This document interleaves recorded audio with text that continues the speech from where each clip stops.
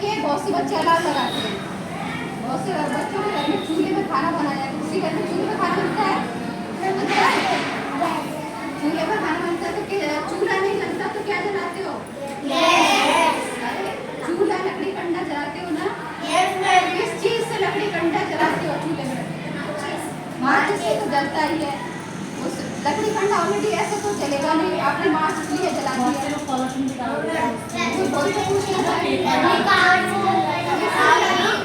पन्नी से आपने देखा होगा आपकी मम्मी चूल्हा जलाती है,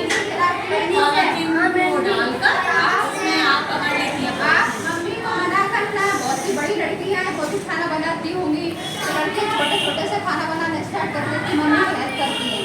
तो आप लोग ध्यान रखना, कभी भी कोई भी प्लास्टिक की चीज चूल्हे में नहीं जलानी, या टायर के टुकड़े या दूध या चप्पल की कतरन या पॉलिथीन वगैरह चूल्हे में नहीं रखनी। और सर्दियों में अलाव लगाती है ना लकड़ी कंडे का, हाथ सेकते हो ना, और से लोग प्लास्टिक का जूते चप्पल का अलाव लगाते हैं। जूते के चप्पल का काम होता है तो जूते चप्पल की कतरन से खाना बनाते हैं या सर्दी में हाथ सेकते हैं, तो उनको मना करना। उससे भी कैंसर होता है, उसका कैंसर ऐसा है कि कभी ठीक नहीं होगा। उससे बहुत सारी चीज होती है, एक तो कैंसर होता है, एक जो धुआं निकलता है उसमें जो छोटे छोटे कण होते हैं 2.5-10 माइक्रोमीटर के, वो हमारे अंदर चले जाते हैं और शरीर में किसी अंग का कैंसर कर सकते हैं। दूसरा, इससे ग्लोबल वार्मिंग होती है, प्रदूषण होता है, इसका धुआं बहुत खतरनाक होता है। काला काला धुआं देखा होगा आपने। अगर पन्नी जलाते हैं तो उसका धुआं काला होता है, कोई प्लास्टिक की चीज। अगर लकड़ी जलाते हैं तो उसका धुआं सफेद होता है, पर पार्टिकल उसमें भी निकलते हैं, इसमें भी निकलते हैं।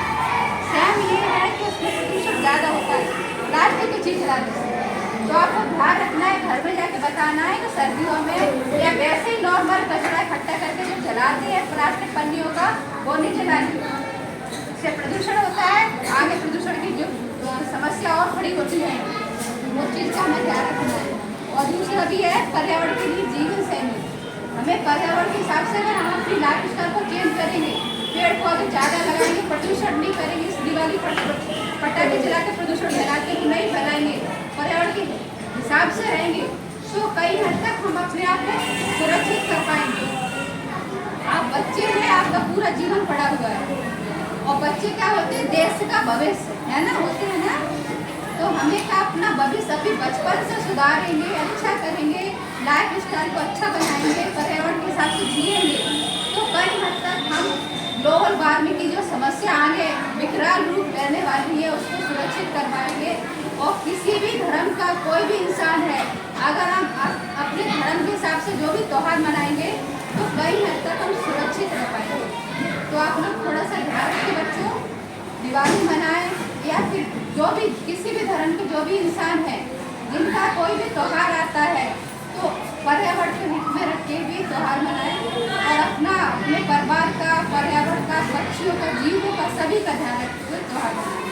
ठीक है बच्चे, ये बताओ, कैंडल इस्तेमाल नहीं करें दिवाली में। दूसरा चीज सुनिए आप लोग, कैंडल पेट्रोलियम होती है और उससे भी प्रदूषण होता है। जैसा पन्नी का धुआं होता है वैसे उसका धुआं होता है, तो आप दिया का ज़्यादा इस्तेमाल करें, कैंडल का इस्तेमाल नहीं करें।